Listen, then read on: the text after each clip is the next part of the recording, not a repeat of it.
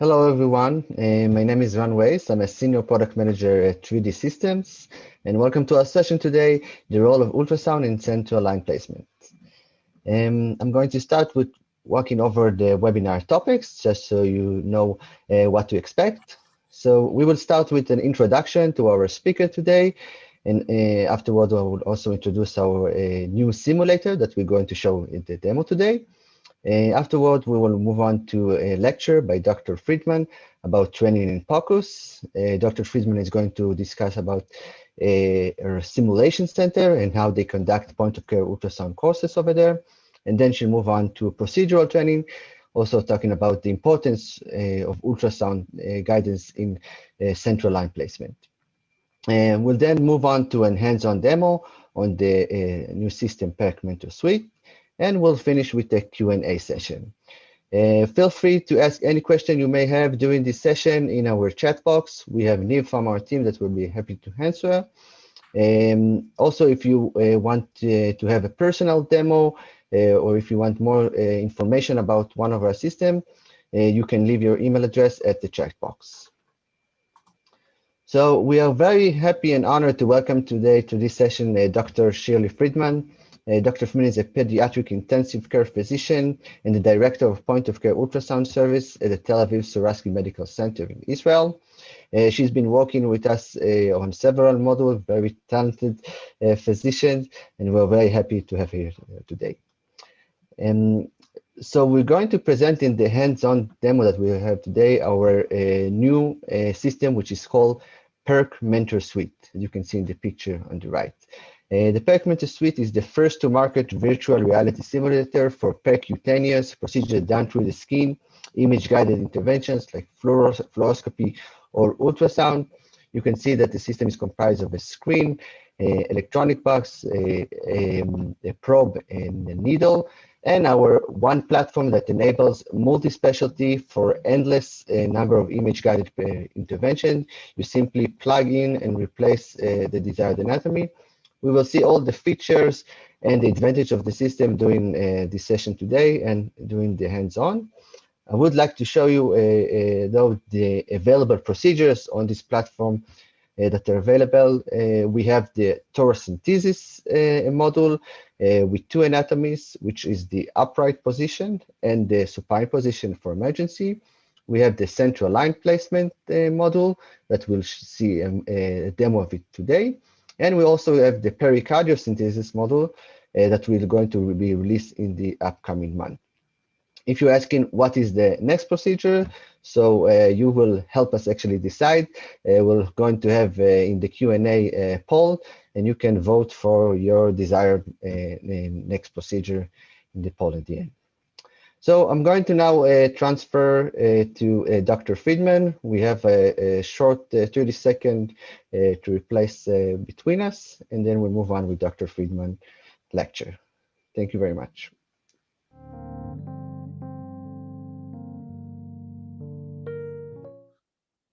Good afternoon, all. Thank you very much for joining us for this session. I'm going to walk you through in the next 10 to 15 minutes about my views in training in point-of-care ultrasound and the role of different simulators and hands-on training that we have. I'm Shirley Friedman. I'm a pediatric intensive care physician with a passion for ultrasound for the last 7 years. It has revolutionized the way that I do medicine, and I hope you will have the same, you share the same feelings as I do regarding this really marvelous thing. So being an intensivist means I'm a bit of a James Bond, the CSI, and an Iron Man. But the most important gadget that I have, in my view, is the point-of-care ultrasound. And indeed, my views are not just my own. In recent years, we have several guidelines from the adult world, in the pediatric critical care, and also in pediatric critical care and the adult world, stating that point-of-care ultrasound has a major role in our everyday management of our patients. So here in the Tel Aviv Medical Center, we've started a point-of-care ultrasound service that encompasses both clinical issues, diagnostic point-of-care ultrasound and procedural point-of-care ultrasound, not only in pediatrics, but also in the emergency room for the adults, in the internal wards, in adult critical care. We encompass everything together. And we also have an educational arm doing point-of-care ultrasound courses in-house and also taking other hospitals from Israel coming into us and getting trained, and procedural training and research as well. I'm going to focus on the educational part of what we do, where the simulation actually takes a big part. So educational point of care ultrasound. We are very blessed to have a really nice simulation center. It's the Medical Technology and Simulation Center, a very nice environment that allows us to do a variety of different clinical issues. It starts off with basic task simulators like doing a lumbar puncture and doing an endoscopy, up to virtual reality of having the surgeon practice whatever he needs in a safe environment. We are also able to take our training abilities and put them in the wards and do full CRMs in situ in the pediatric intensive care unit, in the PZM, in the adult emergency medicine area, and to train them with all what we need to do. And one of the most important things that we have is the point of care ultrasound courses. So the traditional way of doing point of care ultrasound courses is starting off with a didactic session that you talk about what you need to do, and then we're using models and we're doing hands-on session using a variety of different ultrasound machines. It could be like a nice machine with all the transducers. It could be a handheld machine. But the best way to do it, in my opinion, is to start with the basics. And the basics of how to hold a transducer. I think we reached this ability by doing a simulation.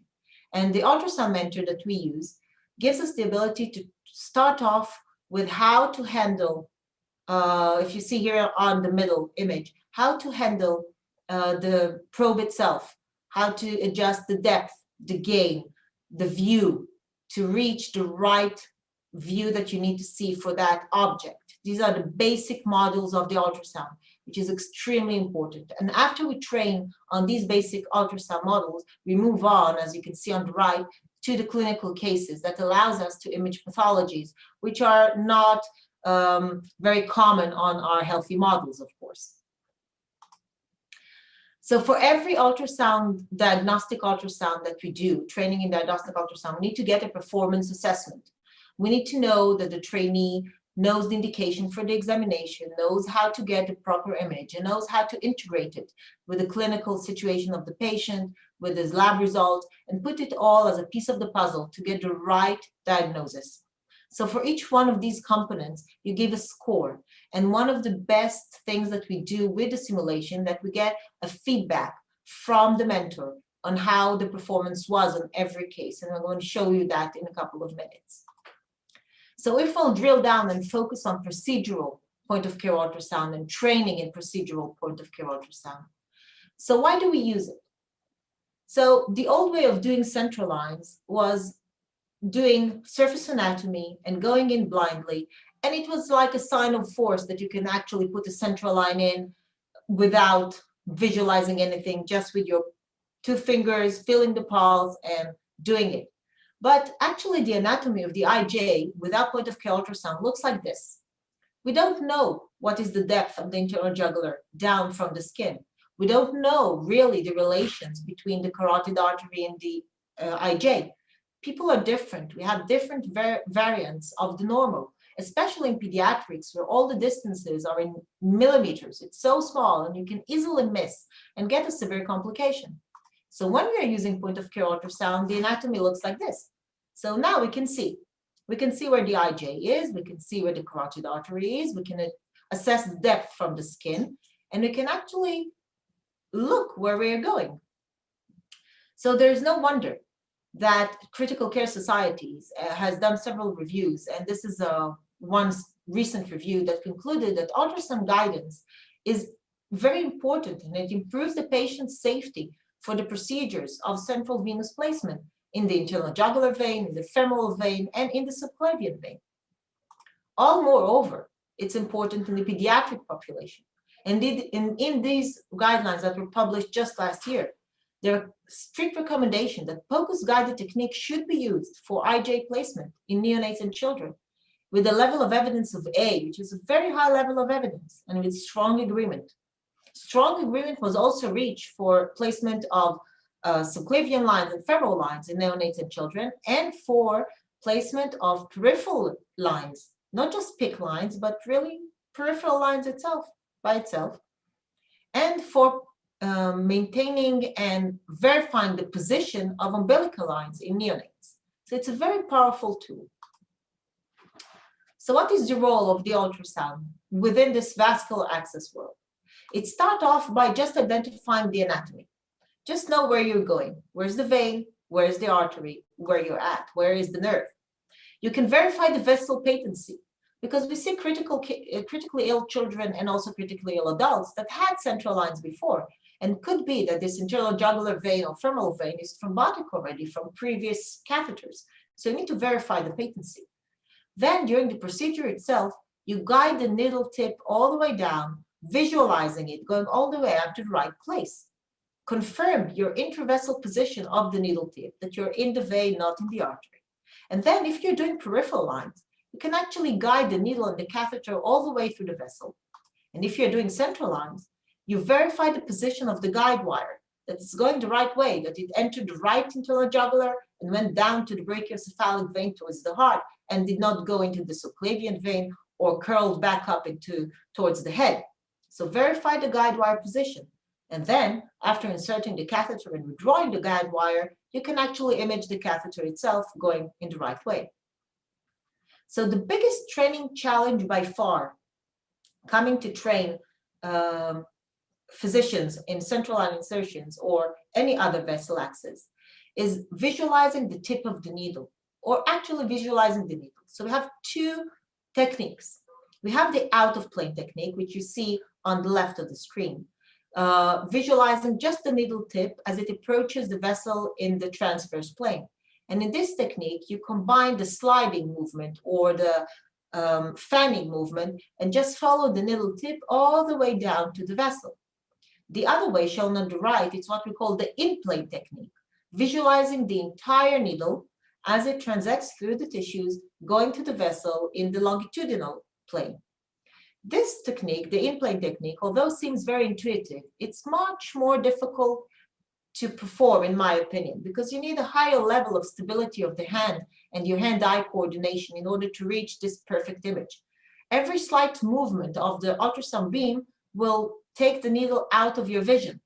So you need to be very, very precise. Another drawback in this method is not being able to see the neighbors. You don't see the artery or the nerve because you need to be focused on the vessel, on the vein itself, which on the out-of-plane technique, you can see the neighbors and you can avoid hitting the nerve or the artery. So what are the options that we have coming to train physicians for central line or so vessel access? So the first option we have is blue phantoms, the jelly models. You can also cook jelly at home. You can buy the blue phantoms. These are very simple models. They are not dynamic. You just have a vessel within the plastic. And it's not a good feel, doesn't give you the resistance that actually working within the flesh. So what I find is very realistic is using a chicken model that we create the vessels from balloons and moving it through a piece of chicken, and then having the person train on them. You can see a very nice demonstration over on the right.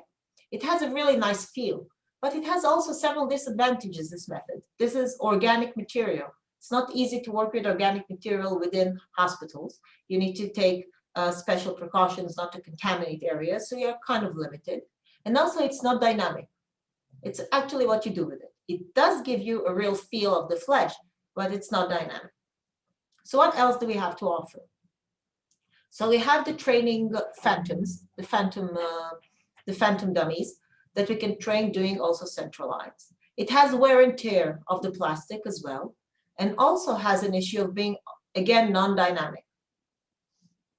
So here comes what I think is the great advancements that we have, is the PERC Mentor Suite simulator, which enables us to have real good hands-on training with good educational add-ons all the time. What we can see here is the internal jugular position when we're doing it in an out-of-plane position. And we can see the artery, we can see the vein, of course, and we can trace the needle all the way down. having also the anatomy specified really nicely by the side of the ultrasound image.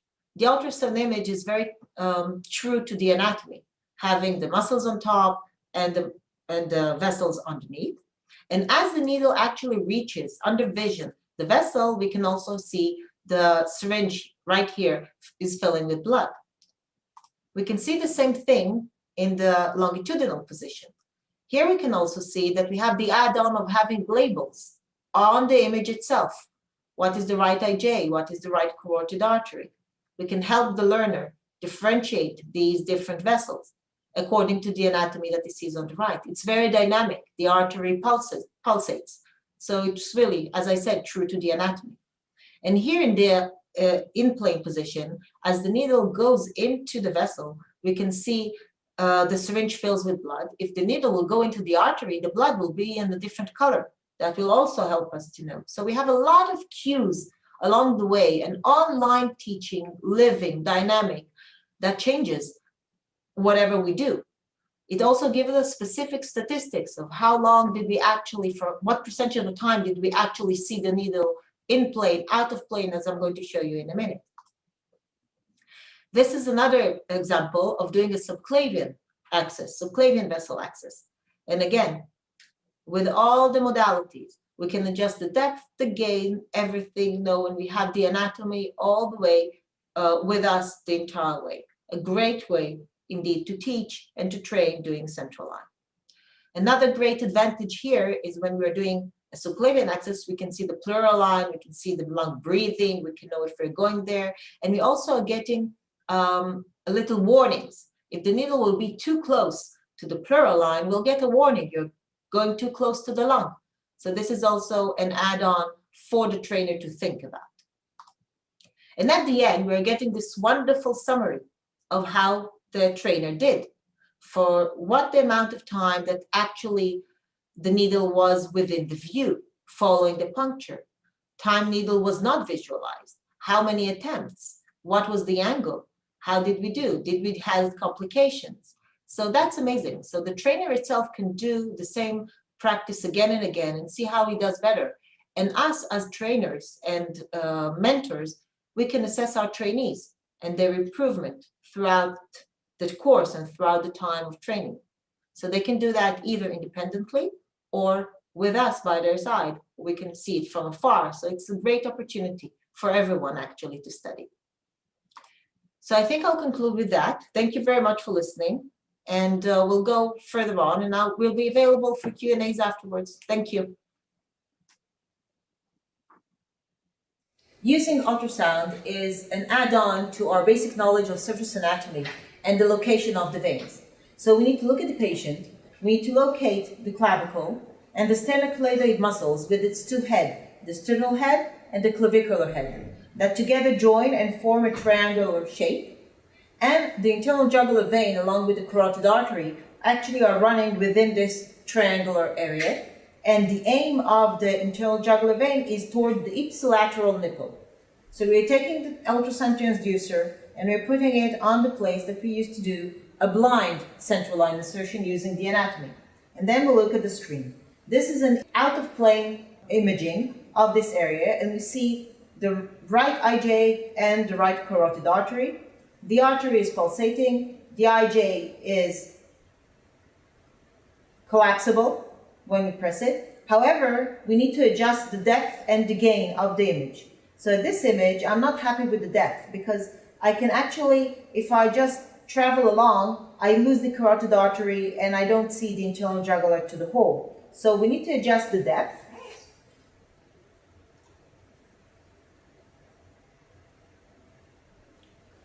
And that is better, that we can actually see the entire structure. On the top, you see the muscles. Underneath, you see the internal jugular and the carotid artery. And on the left of the screen, you see the thyroid. This is the out-of-plane image. If you want to work in in-plane image, you need to do a 90 degrees rotation on the vein. And then you can see the in-plane rotation.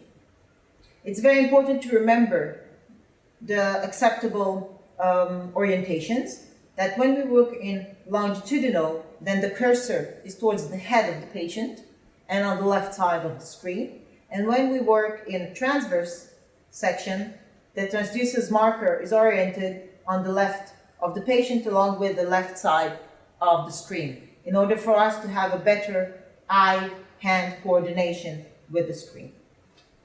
After locating the vessel, we need to decide if we are working out of plane or in plane. We'll start with the out of plane. The main advantage of the out of plane approach is that you best see the carotid artery and you know exactly where the needle is going, that you're not approaching the carotid artery. You need to assess the depth of the internal jugular vein from the surface, and you do it using the scales on the right side. So here, the IJ is actually about 1.5 centimeters under the skin. You take your needle, you place the internal jugular in the middle of the screen. The middle of the screen is actually parallel to the middle of your transducer, and up there you can see the tip of my needle. I'm just under the transducer and above the skin, so I can orient myself. So it's about 1 centimeter under the skin, so I can go using basic trigonometry. This is 1 centimeter away and 45 degrees, and then inserting the skin and actually fanning the transducer to see the edge of my needle. And there's the edge of my needle. The edge is the part where I can see the needle, and when I fan just a bit, I can't see the needle. So that's the way I know I'm on the edge of the needle, the bevel. And I'm actually tracing this bevel, inserting it gently. Now I'm on the top of the vein. I'm not in the vein yet. And then just going in, making sure I'm not crossing the vein, and there I am. After reaching this position, that we actually see the tip of the needle within the IJ, and we are freely withdrawing blood from the needle, the next step is to insert the guide wire. For that purpose, we need to let go of the transducer. We're fixating the needle, retracting, detaching the syringe,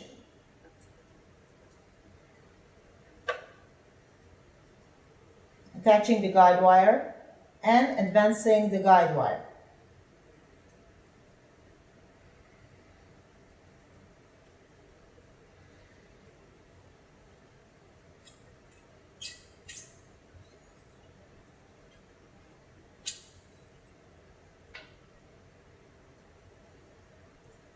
The next step is to make sure that the guide wire is within place.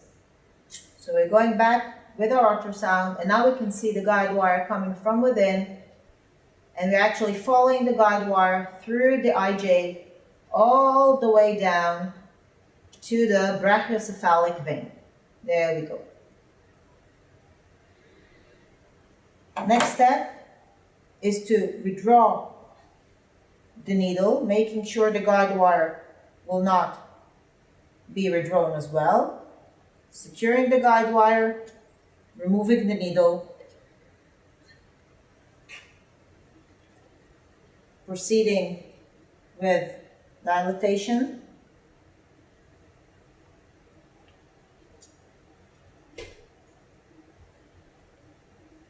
you need to do a cut through the skin, but we're not doing it as it is a model.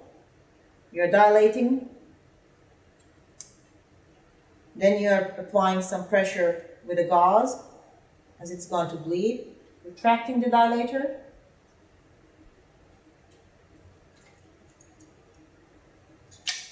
then inserting the catheter itself. Make sure that you see the edge of the wire. This is extremely important. Going out of the edge of the distal lumen of the central line before you advance the central line into the patient. So we see the edge of the guide wire here. So now we can actually advance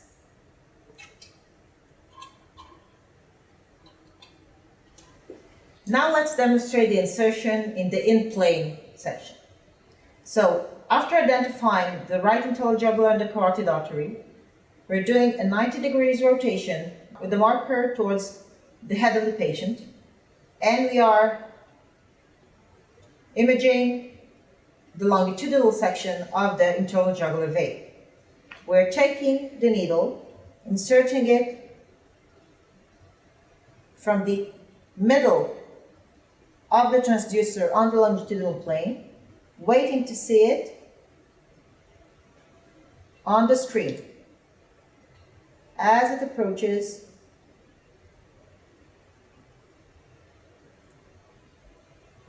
the vein. Now on the top of the vein and moving in. And I got blood in the syringe. Making sure we're drawing blood freely. Again, we need to leave the transducer, fixate the needle. We're detaching the syringe.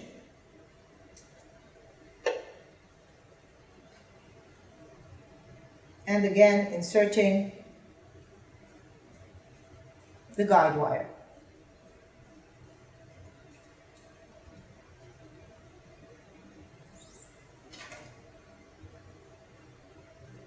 After inserting the guide wire, need to make sure that it's within place. Again, this is the transverse plane, outer plane, and now we can do 90 degrees rotation and see the wire going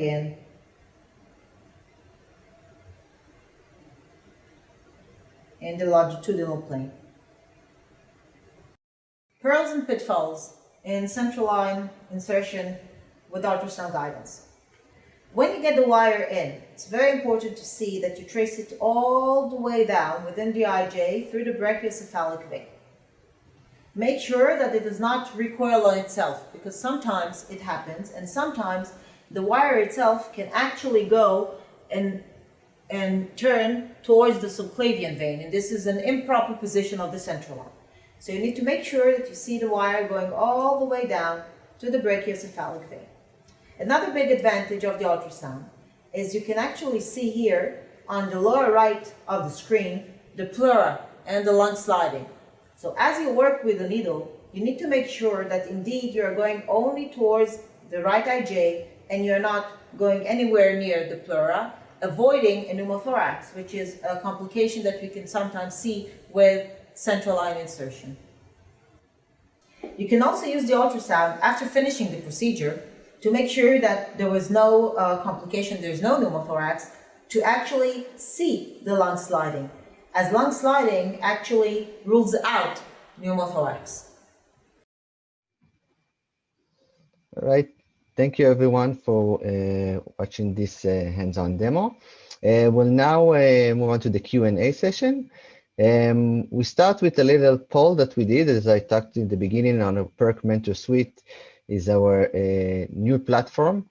And we are now trying to decide what's the next procedure, percutaneous procedure. So in the poll right now, if you can select the procedure that you want, we have nerve block, amniocentesis, paracentesis, chronic venous sampling, renal access. You have a few seconds to decide. I see no one made it on time. Maybe we can run the poll again. And in the meantime, I think we can move on to the live chat and move on to some of the questions. And yeah, you can vote again for the poll right now.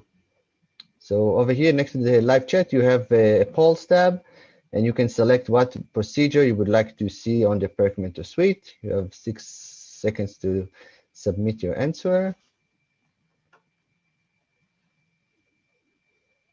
Okay. So I think we'll move on now to the questions. And Niv, can you tell us which question we have from the audience? Niv, are you unmuted? Yeah, I'm just seeing the poll again. Okay. So we had several questions, so I will repeat them, even though I've answered them on the chat. Just to clarify, We have one platform for all different anatomies for the Perk Mentor Suite, so there is no different basis for each anatomy. All anatomies can be seen on the same platform, the same base. And another clarification is that we have the 2D simulator. It's not a VR headset. It's a 2D simulator. Yeah, when we say VR, we mean virtual reality. We don't mean VR goggles. Okay, we're not using VR goggles for this model. We do have a question from Sivan. Which specialties are you training for POCUS? Yeah, I guess it's for Shirley, right? Yes, for Dr. Friedman. Okay. Hi, Sivan. Hi, all. We're training all specialties. We're training pediatricians. We're training internal physicians, emergency physicians, geriatric physicians. We've been training whoever wants to, because in my opinion, in point of care ultrasound, there's something for everyone.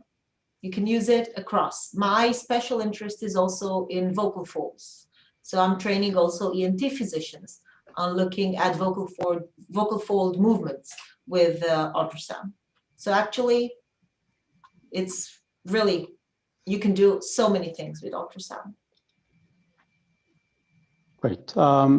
Iris, she's asking, what are the advantages of the simulator over phantoms? Okay, so we talked a little bit about it in our presentation today, but I think the main advantage of the simulator, as also Dr. Friedman depicted, is the education value our simulator gives. We have a step-by-step task that guides you through how to do the procedure. We have educational aids, as you saw, like labels and 3D anatomical map, and we have safety warnings that prevent you from doing all complications. We have variants of cases that something that you don't have in phantoms. You have usually only one case. Here we can have a variety of cases of different obesity, for example, of a patient. And also what we have in the end is the ability to assess the performance. We have a performance assessment report in the end, so you get a complete grade on how would you do and how you can improve your performance along the way. Dr. Freeman, you want to add something? Yes. Yeah, I'd like to add that it's really different. Training on the phantom requires a trainer to be next to the trainee, to give him the feedback, the immediate feedback. A lot of times you can see that the trainer is taking the needle, just going in the direction of the vessel, actually not visualizing the needle tip all the way, just going in the direction, and gets blood back and is very happy, but it's more luck than real visualization. It doesn't happen when you're doing it on the simulator. You get a report at the end saying, okay, you may have gotten the catheter in, but actually 80% of the time you didn't see your needle. And you can do it by yourself. So a trainee can come in and run the simulation and just improve by time to time, not needing a trainer by the side. I think it's a different experience. It's a different experience. Mm-hmm. Mm-hmm. Okay, I see that we don't have any additional questions. Yeah, I just want to say regarding the poll, I think maybe it didn't work for several the people, but as we know, the Perk Mentor Suite is designed to provide, eventually we will provide all of those procedures. I mean, it's not limited only for ultrasound guided procedures. We are taking also other areas like spine, as we wrote over there, for lumbar puncture, biopsies, all procedures you can think of. We'll eventually get there also for the simulator.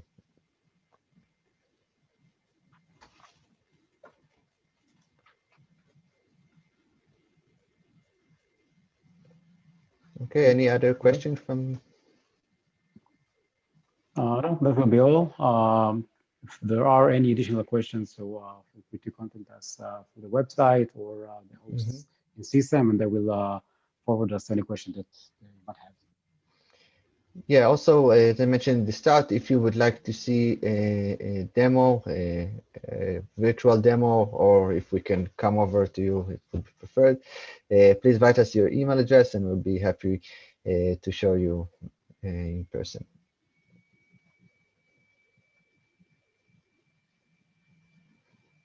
Great. All right, so I'd like to thank again for Dr. Friedman for her participation in this session, and thank you all for attending. Thank you. Thank you. Bye. Thank you. Bye-bye. Bye-bye.